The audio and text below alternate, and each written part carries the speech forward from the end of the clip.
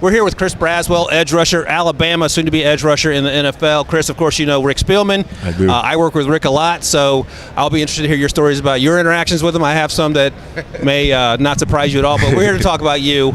And I'll take you back to the fall. We had Will Anderson Jr. On our podcast, and he obviously is super high on a lot of his Alabama teammates. He was talking about Dallas Turner. He said, don't forget number 41, because Chris Braswell can play. And I don't think there's a player coming out of college last year that played with a higher motor than you. Rick's saying as you play with your hair on fire. Where does that come from? Because it feels like even if your intent is to watch Dallas, your eyes always come back to the other side of the line to watch number 41 because you were getting after it so consistently.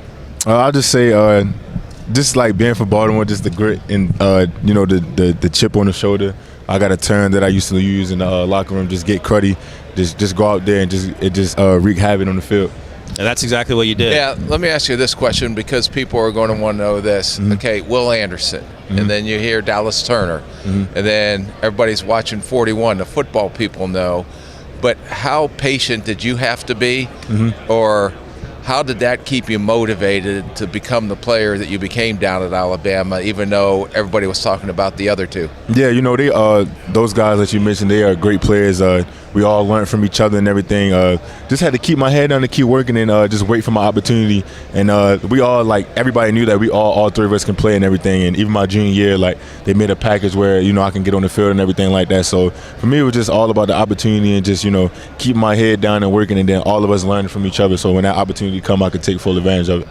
How surprised were you with Coach Saban announcing his retirement? Yeah, honestly, I did not think he was going to retire. I thought he was going to coach till the wheels fell off. I thought he was going to coach till he in a rocking chair, something on the sideline. Just the love and the passion that he has for the game. When I seen it on Twitter originally, I thought it was one of those fake memes or whatnot, and then I seen it on ESPN. I was like, man, it might be real. But I was just wow, I never seen that from him. He don't show where he never show his next move. So I never thought that. Is there a great Coach Saban story that you can share on the air? I can just say it's the one: just don't get pushed by the quarterback. That's all I'm gonna say. Don't get pushed by the quarterback at all. So we've had a bunch of your teammates on through the years, and going back to Xavier McKinney. Last year, Bryce Young, we asked him that story. Bryce said he threw this great touchdown, but he didn't play in structure, and Nick didn't care about the touchdown. He was angry that he didn't do what he was supposed to do. So in addition to not touching the quarterback, certainly he said something to you. Because we've heard Jalen Milroe say, coming off the field, I thought you were yelling at me. Luckily, you were yelling at someone else. You ever had those sort of situations?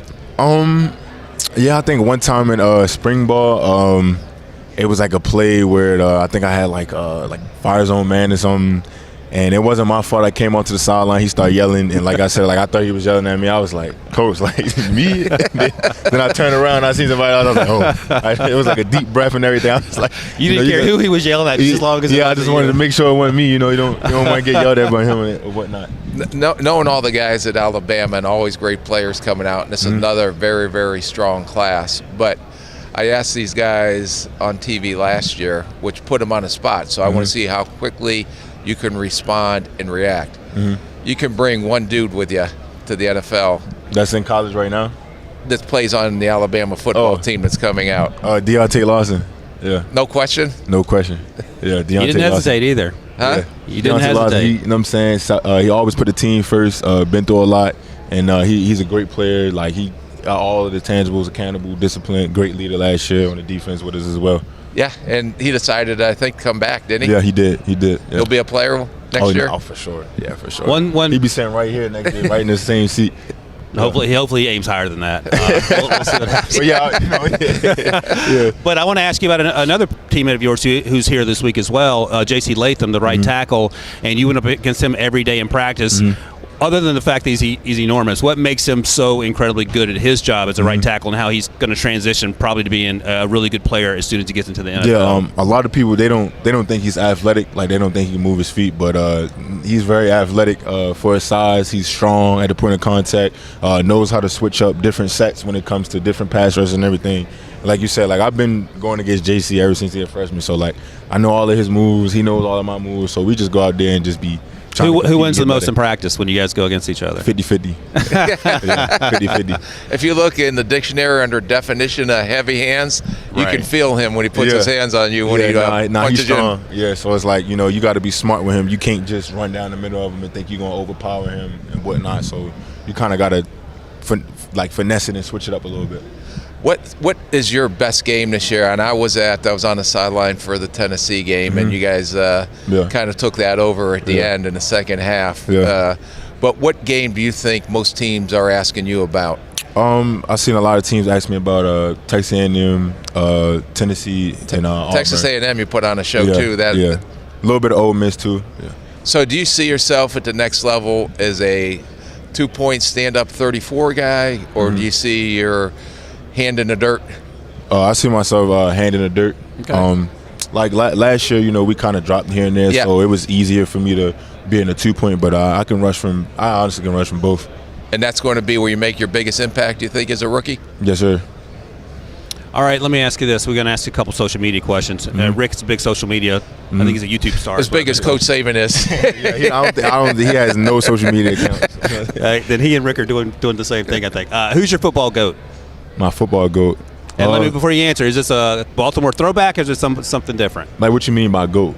Who's the person that you looked up to? Growing up, definitely Tavon Austin. Like, coming from Baltimore, like, okay, he was like the biggest thing, like, coming out of Baltimore. So, like, seeing him. Did you play on that side of the ball coming up? Offense, I did. I played running back. I played offensive line, guard, tackle, tight end. When I was going, I was like big. So Tavon was your guy coming up. Tavon was my guy. When I was a running back, I used to watch his highlights, his Dunbar highlights, and the West Virginia tape. So I used to watch all that stuff. Yeah. Okay, I learned this today, but I have to ask this. What emoji do you use the most? Emoji? I'm not even a big emoji guy.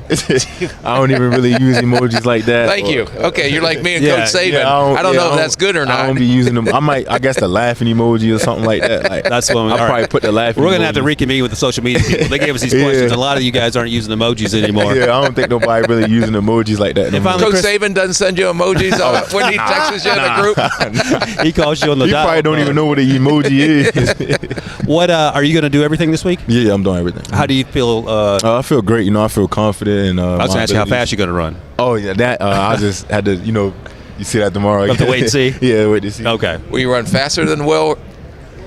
I don't know. Wait and see. Wait and see. Tomorrow, you know what I'm saying? All right, Chris Braswell, Alabama edge rusher, soon to be NFL edge rusher, joining us. Thank you very much, Chris. Have a great week this week. Thank you, man. Yes, sir. Appreciate that. Thank y'all.